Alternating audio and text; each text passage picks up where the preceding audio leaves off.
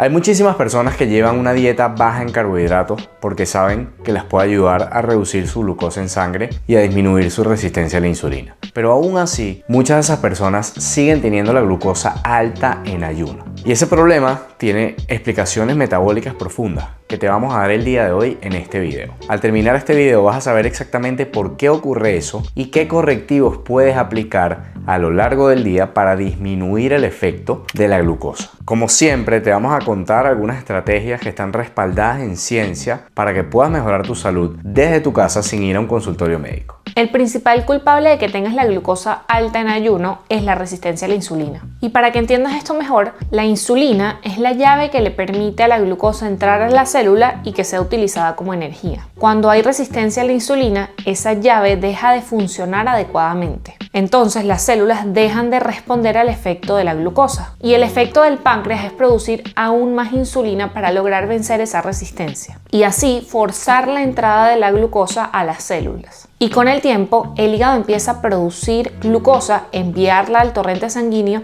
incluso si no has comido. Y por eso, aunque estés evitando los carbohidratos, tu glucosa en ayuno sigue elevada. Y para meterte en contexto, tienes que entender que el 88% de los adultos en Estados Unidos son resistentes a la insulina. Y muchas veces de forma silenciosa, porque no es algo que se suele diagnosticar en un consultorio. Y esa resistencia a la insulina principalmente está causada, como dijo Leire, por un consumo exagerado de carbohidratos y por niveles crónicamente elevados de la hormona insulina. Y como es algo multifactorial, muchas veces no basta con simplemente eliminar o reducir los carbohidratos. Hay que romper el ciclo de esa resistencia que tiene años y posiblemente décadas en tu cuerpo. Otro factor que impide que bajes tus niveles de azúcar en sangre en ayuno es el estrés crónico. Cuando estás estresado por diferentes motivos, tu cortisol se eleva. Y uno de los efectos que tiene el cortisol elevado es que eleva los niveles de azúcar en sangre. Y el objetivo del aumento de estos niveles de azúcar en sangre a raíz del cortisol es que tu cuerpo pueda reaccionar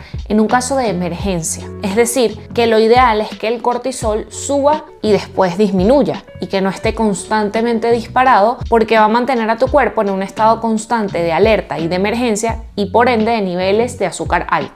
En situaciones normales, ante un estado de emergencia sube el cortisol, pero luego debería disminuir. Pero cuando el estrés es crónico, el cortisol se mantiene elevado de manera anormal y eso le da la señal al hígado de liberar constantemente glucosa a tu sangre. Por eso, si tienes altos niveles de estrés y de una forma crónica, esto puede estar elevando tus niveles de azúcar en sangre en ayuno sin darte cuenta. Si te diste cuenta, el cortisol no es el problema en sí, sino la forma como el cortisol se eleva a raíz del estrés al que sometemos a nuestro cuerpo muchas veces. El cortisol no es malo, de hecho, es la hormona que controla el estrés. Así de importante es. Pero si tu estrés está descontrolado, el cortisol solo va a reaccionar negativamente ante esos estímulos de estrés. Como ves, ese cortisol elevado va a obligar al hígado a producir glucosa y a pesar de que estés llevando una dieta baja en carbohidratos, no vas a poder controlar la glucosa en sangre. Y ahora que sabemos qué está pasando en nuestro cuerpo, vamos a ver cómo se soluciona esta situación, porque estar estresado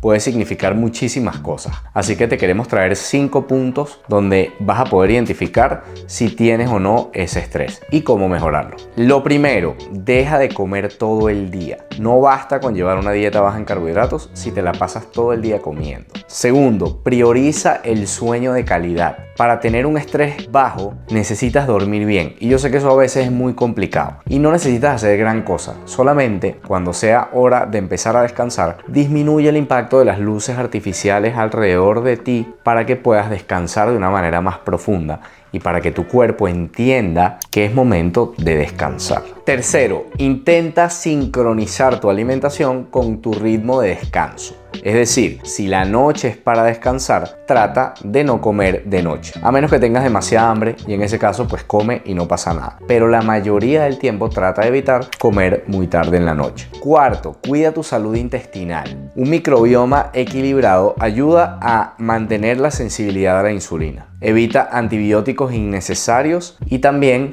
limita el consumo de alimentos ultraprocesados. Y por último, tienes que reducir la inflamación crónica en tu cuerpo, porque eso es uno de los principales motores del estrés. Y para hacer eso tienes que nuevamente evitar el consumo de alimentos ultraprocesados y sobre todo eliminar el consumo de aceites industriales de semilla, como el de soya, de maíz, de girasol y todos esos aceites que vienen en un pote transparente y que son amarillos por dentro. Y para sustituir eso, incluye grasas naturales que no vengan de una máquina, como el aceite de coco, como las grasas de los animales, la mantequilla de vaca, la mantequilla clarificada, la manteca de cerdo, algo que no sea ultra procesado como esos aceites. Si tu glucosa en ayuno sigue alta, no te frustres. Esto no significa necesariamente que estés haciendo las cosas mal. Esto significa que tu metabolismo necesita un poco más de tiempo y algunos ajustes. Recuerda que la clave está en romper ese círculo vicioso de la resistencia a la insulina. Debes también manejar las fuentes de estrés, sea cual sea en tu caso,